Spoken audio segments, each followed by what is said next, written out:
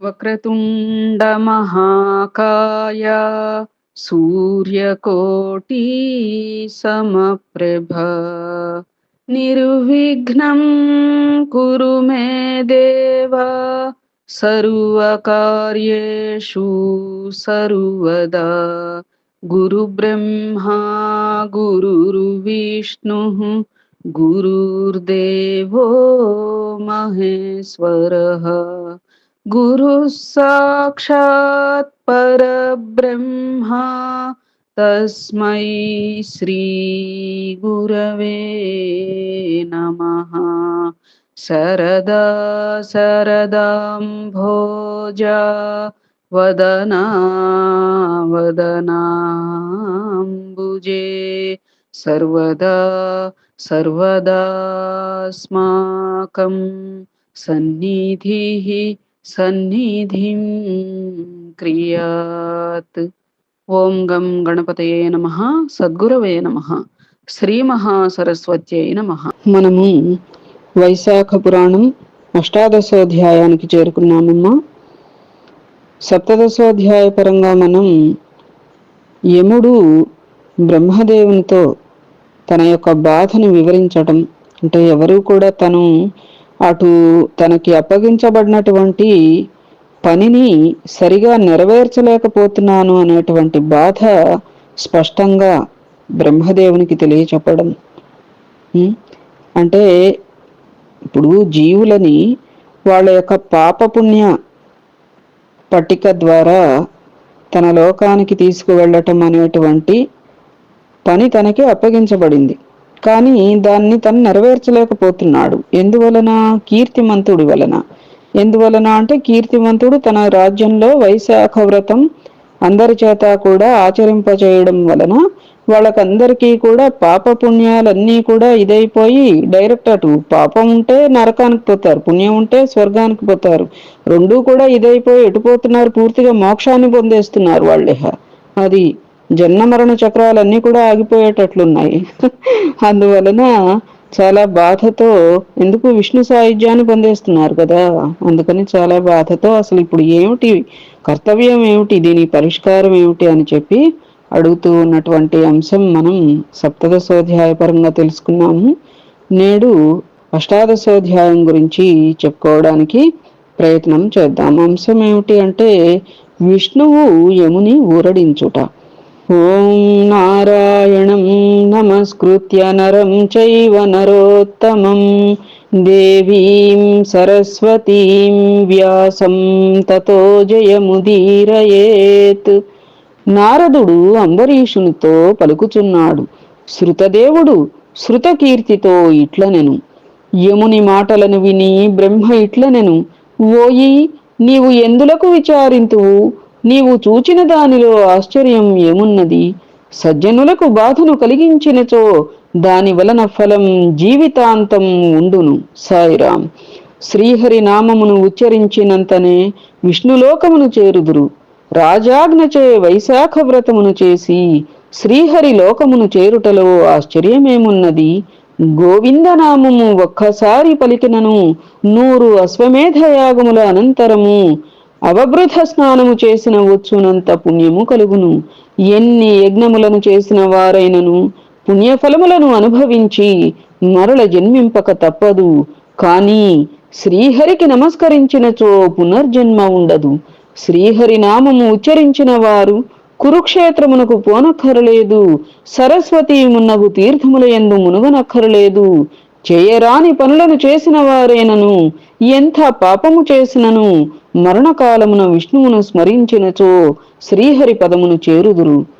తినరాని దానిని తిన్నవారును శ్రీహరిని స్మరించినచో పాపములను పోగొట్టుకొని విష్ణు సాయుధ్యమునందుదురు. ఇట్టి శ్రీ మహావిష్ణువునకు ఇష్టమైనది వైశాఖ మాసం. వైశాఖ ధర్మములను విన్నచో సర్వ పాపములు హరించును. విష్ణు ప్రియమగు వైశాఖ వ్రతమును ఆచరించిన వారు శ్రీహరి పదమును చేరుటలో ఆశ్చర్యం ఏమున్నది? మునులందరినీ సృష్టించి సర్వ జగన్నాథుడు శ్రీ మహావిష్ణువు. అట్టివానిని సేవించిన వారు విష్ణులోకమును చేరుటలో ఆశ్చర్యం ఏమున్నది? కీర్తిమంతుడు శ్రీహరి భక్తుడు. శ్రీహరికిష్టమైన వైశాఖ మాస వ్రతమును చేసిన వారి యందు శ్రీహరి ప్రీతుడై వారికి సాయపడుట సహజమే గదా. యమధర్మరాజా, శ్రీహరి భక్తుడగు ఆ రాజును శిక్షింపగల శక్తి నాకు లేదు. శ్రీహరి భక్తులకెప్పుడునూ అశుభం ఉండదు కదా. జన్మ మృత్యు జరా వ్యాధి భయము కూడా ఉండదు కదా. యజమాని చెప్పిన పనిని అధికారి శక్తి కొలది ఆచరింప యత్నించినచో అతడు పనిని పూర్తి చేయకపోయినను నరకమునకు పోడు. తన శక్తికి మించినచో ఆ విషయమును యజమానికి నివేదించిన అధికారి లేదా సేవకుడు పాపమునందడు. వానికి ఎట్టి దోషమును లేదు. యజమాని చెప్పిన పని శక్తికి మించినప్పుడు అది వాని దోషము కాదు అని బ్రహ్మ యముని బహువిధములుగా ఊరడించను. అంటే తనకు అప్పగించినటువంటి పనిని సక్రమంగా చేయలేకపోతున్నాను కాబట్టి తనకి ఎంతో దోషం అంటుతుంది అని బాధపడుతున్నాడు కదా యమధర్మరాజు. అది అందుకని ఏం చెప్పారు, యజమాని చెప్పిన పని శక్తికి మించినప్పుడు ఎలాంటి దోషము అంటదు అన్నట్లుగా ఊరడిస్తున్నారన్నమాట. అప్పుడు యముడు బ్రహ్మ మాటలను విని, స్వామి, నీ ఆజ్ఞను పాటించి నేను కృతార్థుడనైతిని, అన్నిటినీ పొందితిని, ఇది చాలును. నేను మరలా నా పూర్వపు ఉద్యోగములోనికి వెళ్ళజాలను. కీర్తిమంతుడు ఇట్లు పరాక్రమముతో వైశాఖ వ్రతములతో భూమిని పరిపాలించుచుండగా నేను నా అధికారమును వహింపను. ఆ రాజు వైశాఖ వ్రతమును మానునట్లు చేయగలిగినచో నేను తండ్రికి గయాశ్రాద్ధము చేసిన పుత్రుని వలె సంతృప్తి పడుదును. కృపాకర, నా ఈ కోరిక తీరునట్టి ఉపాయమును చెప్పుము. అప్పుడు నేను మరలా నా కర్తవ్యమును నిర్వహింపబోవుదును అని ప్రార్థించను. అప్పుడు బ్రహ్మ, యమధర్మరాజా, విష్ణు భక్తుడగు అతనితో నీవు విరోధపడుట మంచిది కాదు. నీకు కీర్తిమంతునిపై కోపమున్నచో మనము శ్రీహరి వద్దకు పోవుదుము. జరిగినదంతయు శ్రీమన్నారాయణునకు చెప్పి ఆయన చెప్పినట్లు చేయుదుము. సర్వలోకములకు కర్తయగు ఆ శ్రీమన్నారాయణుడు ధర్మ పరిపాలకుడు, మనలను శిక్షించు దండధరుడు, మనల్ని ఆజ్ఞాపించు నియామకుడు. శ్రీహరి మాటలకు మనము బదులు చెప్పదగినది ఉండదు. కీర్తిమంతుడును శ్రీహరి భక్తుడగుటచే అతనికి నీ బదులు మనం చెప్పజాలము. మనము శ్రీహరి వద్దకే పోవుదుము అని యమధర్మరాజును వెంటబెట్టుకొని క్షీర సముద్రము కడకెరిగను. జ్ఞాన స్వరూపుడు, నిర్గుణుడును, సాంఖ్య యోగములతో కూడినవాడును, పురుషోత్తముడును అగు శ్రీహరిని స్తుతించను. సాయిరాం. అప్పుడు శ్రీహరి వారికి ప్రత్యక్షమయ్యను. బ్రహ్మ, యమధర్మరాజు ఇద్దరును శ్రీహరికి నమస్కరించిరి. శ్రీహరియు వారి ఇద్దరిని చూచి, మీరిద్దరూ ఎందులోకి ఇచ్చటకు వచ్చిత్రి? రాక్షసుల వలన ఏమైనా బాధ కలిగినదా? ఇదేమిటి, యముని ముఖం వాడి ఉన్నదేమిటి? అతడు శిరము వంచుకొని ఎలా ఉండెను? బ్రహ్మ, ఈ విషయమును ఏమిటో చెప్పు అని అడిగను. అప్పుడు బ్రహ్మ, మీ భక్తుడగు కీర్తిమంతుని పరిపాలనలో ప్రజలందరూ వైశాఖ వ్రతమును పాటించి విష్ణులోకమును చేరుచున్నారు. అందువలన యమలోకం శూన్యమై ఉన్నది. అందుచే ఇతడు దుఃఖపడుచున్నాడు. ఆ దుఃఖమును ఆపుకొనలేక కర్తవ్య పరాయణుడగు యముడు కీర్తిమంతునిపైకి దండెత్తి వెళ్ళెను. తుదకు యమదండనమును కూడా ప్రయోగించెను. కీర్తిమంతుని రక్షించుటకై వచ్చిన మీ చక్రముచే పరాభూతుడై ఏమి చేయవలయనో తెలియక నా వద్దకు వచ్చెను. నేనేమి చేయుదును? స్వామి, నీ భక్తులను శిక్షించుటకు మేము చాలము. అందువలన మేము నీ శరణుగోరి వచ్చితిమి.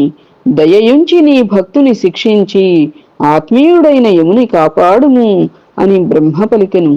శ్రీ మహావిష్ణువు ఆ మాటలను విని నవ్వి యముని బ్రహ్మను చూచి ఇట్లనేను, నేను లక్ష్మీదేవినైనను నా ప్రాణములను, నా దేహమును, శ్రీవత్సమును, కౌస్తుభమును, వైజయంతిమాలను, శ్వేతద్వీపమును, వైకుంఠమును, క్షీరసాగరమును, శేషుని, గరుత్మంతుని దేనినైనా విడిచెదను, కాని నా భక్తుని మాత్రము విడువను.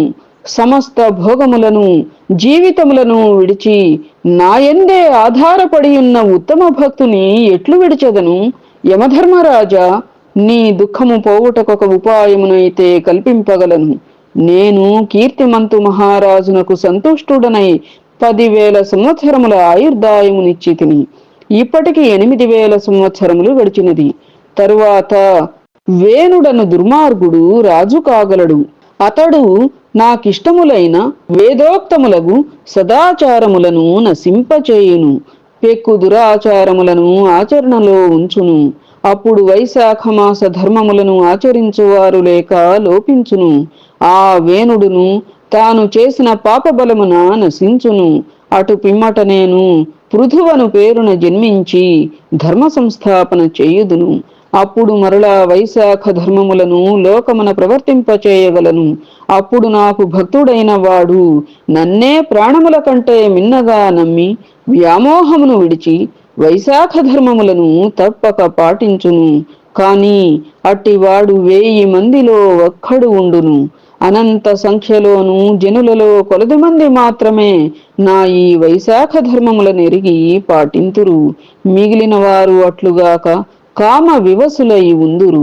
యమధర్మరాజా, అప్పుడు నీకు వలసినంత పని ఉండును, విచారపడకుము. వైశాఖ మాస వ్రతమునందును నీకు భాగము నిప్పింతును.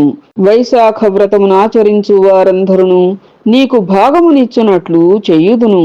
యుద్ధములో నిన్ను గెలిచి నీకియ్యవలసిన భాగమును రాకుండా చేసిన కీర్తిమంతుని నుండి నీకు భాగము వచ్చునట్లు నేను చేయుదును. నీకు రావలసిన భాగం కొంత అయినా వచ్చినచో ఇహ నీకు విచారముండదు కదా. ఇచట గమనింపవలసిన విషయం ఇది.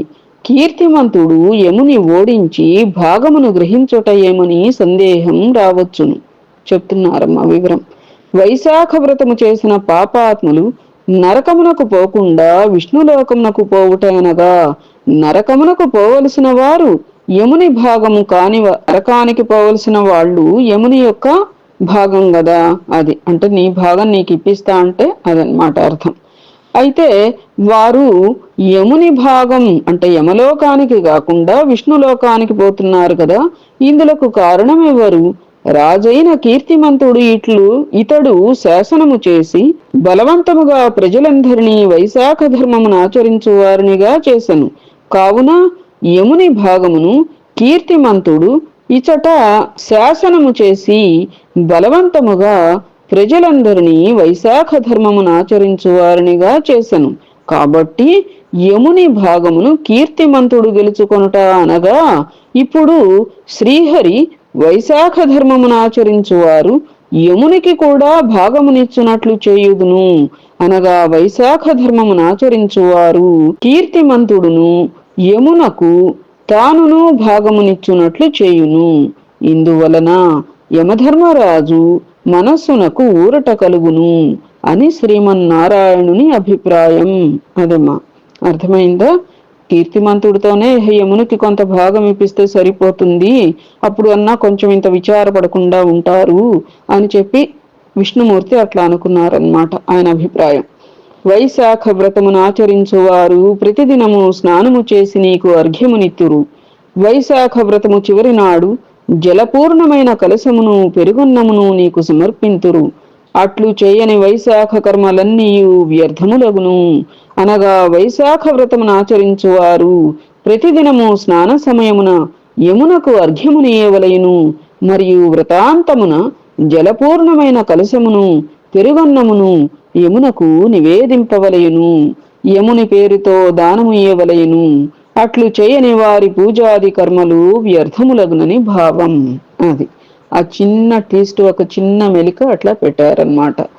వైశాఖ వ్రతం చేసేసాము అని కాకుండా దానిలో ఇవి చేస్తేనే వాళ్ళకి పూర్ణ ఫలం ఉంటుంది అన్నట్లుగా ఒక చిన్న మెలిక పెట్టారు విష్ణుమూర్తి. కావున యమధర్మరాజా, నీకు ఈ విధముగా భాగమునిచ్చు కీర్తిమంతునిపై కోపమును విడువుము. ప్రతిదినము స్నానమున అర్ఘ్యమును, చివరి దినమున జలపూర్ణ కలశమును పెరుగన్నమును భాగముగా గ్రహింపుము. ఇట్లు చేయని వారి వైశాఖ కర్మలు వ్యర్థమై వారు చేసిన పుణ్యపాపములను అనుసరించి నీ లోకమున ఉందురు. ధర్మాధర్మములు నిర్ణయించు నిన్ను విడిచి నన్ను మాత్రమే సేవించు నా భక్తులను నా ఆజ్ఞానుసారము శిక్షింపుము. వైశాఖ వ్రతమున నీకు అర్ఘ్యమునియని వారిని విఘ్నములు కలిగించి శిక్షింపుము. కీర్తిమంతుడును నీకు భాగమునిచ్చునట్లు సునందుని వాని కడుకు పంపుదును. సునందుడును నా మాటగా కీర్తిమంతునకు చెప్పి నీకు భాగమునిప్పింతును అని ఇప్పించును అని పలికి శ్రీహరి యమధర్మరాజు అచట ఉండగానే సునందుని కీర్తిమంతుని కడకు పంపెను. సునందుడును కీర్తిమంతునకు శ్రీహరి సందేశమును చెప్పి కీర్తిమంతుని అంగీకారమును గొని శ్రీహరి కడకు వచ్చి ఆ విషయమును చెప్పెను. శ్రీహరి ఈ విధముగా యమధర్మరాజును ఊరడించి అంతర్ధానమందెను. బ్రహ్మయ్యను యమునకు చెప్పవలసిన మాటలను చెప్పి జరిగిన దానికి విస్మయపడుచు తన వారితో కలిసి తన లోకమునకు పోయెను. యముడును కొద్దిపాటి సంతోషముతో తన నగరమునకు తిరిగి వెళ్ళెను. అది కొంచెమన్నా విచారం వదిలి కొంచెం సంతోషపడి నగరానికి వెళ్ళారన్నమాట. శ్రీ మహావిష్ణువు పంపిన సునందుని మాటను పాటించి కీర్తిమంతుడు వాని ఏలుబడిలోని ప్రజలు అందరును వైశాఖ వ్రతమును ఆచరించుచు యమధర్మరాజునకు ప్రతిదినము స్నాన సమయమున అర్ఘ్యమును వ్రతాంతమున జలకలశమును దధ్యన్నమును సమర్పించుచుండిరి. ధర్మరాజునకెవరైనా అర్ఘ్యము మున్నగు వానిని ఇయ్యనిచో యమధర్మరాజు వారి వైశాఖ వ్రత ఫలమును గ్రహించును. కావున వైశాఖ వ్రతమును ఆరంభించు ప్రతివారును ప్రతిదినము స్నాన సమయమున యమునకు అర్ఘ్యమేయవలెను. అదే విధముగా వైశాఖ పూర్ణిమయందు జలకలశమును దధ్యన్నమును ముందుగా యమునకిచ్చి తరువాత శ్రీ మహావిష్ణువునకు అర్పించవలెను. అటు తరువాత పితృదేవతలకును గురువును పూజింపవలెను. తరువాత శ్రీ మహావిష్ణువును ఉద్దేశించి చల్లని నీరు పెరుగు కలిపిన అన్నమును దక్షిణ గల తాంబూలమును ఫలముల నుంచిన కంచుపాత్రను సద్బ్రాహ్మణునకు గాని పేదవానికి గాని ఇయ్యవలెను. బ్రాహ్మణునికి తన శక్తికి తగినట్లు గౌరవించిన శ్రీహరి సంతసించి మరిన్ని వరములను ఇయ్యగలడు. వైశాఖ వ్రతమునాచరించు వారిలో భక్తి పూర్ణత ముఖ్యం. వ్రత ధర్మములను పాటించునప్పుడు యథాశక్తిగా ఆచరించుట మరింత ముఖ్యం.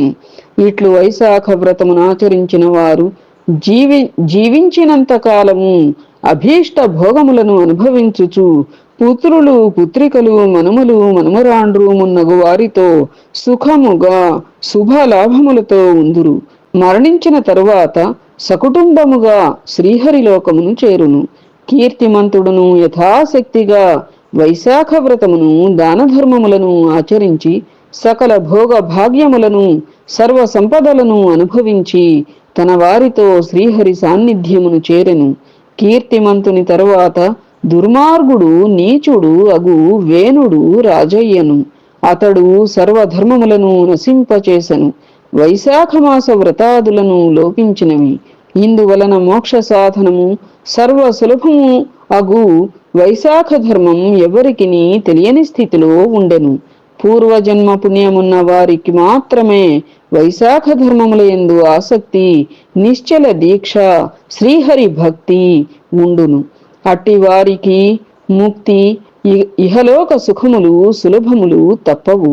కాని పురాకృత సుకృతము వలనే ఇది సాధ్యము సుమా అని శృతదేవుడు శృతకీర్తికి వివరించెను. శృతదేవ మహాముని పూర్వపు మన్వంతరమున ఉన్న వేణుడు దుర్మార్గుడనియు ఇక్ష్వాకు వంశమునకు చెందిన వేణుడు మంచివాడనియు వింటిని. మీ మాటల వలన కీర్తిమంతుని తరువాత వేణుడు రాజుగు అని చెప్పిరి. దీనిని వివరింపుడు అని అడిగను. ఏమిటిట? పూర్వపు మన్వంతరమున ఉన్న వేణుడు దుర్మార్గుడనియు ఇక్ష్వాకు వంశమునకు చెందిన వేణుడు మంచివాడనియు వింటిని. శృతదేవుడును రాజా, యుగములను బట్టి కల్పములను బట్టి కథలు అందలి వారి స్వభావము వేరుగా చెప్పబడి ఉండవచ్చు. ఆ కథలను ప్రమాణములే. మార్కండేయాది మునులు చెప్పిన వేణుడు ఒక కల్పము వాడు, నేను చెప్పిన వేణుడు మరి ఒక కల్పము వాడు. మంచి చెడు కలవారి చరిత్రలనే మనము మంచి చెడులకు గుర్తుగా చెప్పుకుందాము. అట్లే కీర్తిమంతుని మంచితనము గొప్పతనము, తరువాత వేణుని చెడ్డతనము దుష్టత మనము గమనింపవలసిన విషయములు సుమా అని పలికెను అని నారదుడు అంబరీషునకు వివరించెను. ఇతి శ్రీ స్కాంద పురాణాంతర్గత వైష్ణవఖండే వైశాఖ పురాణే అష్టాదశోధ్యాయం సంపూర్ణం. ఏతత్ ఫలం సర్వం సద్గురుచరణారవిందార్పణమస్తు. సద్గురవే నమః. శ్రీమాత్రే నమః. శ్రీలక్ష్మీనారాయణాభ్యాం నమః.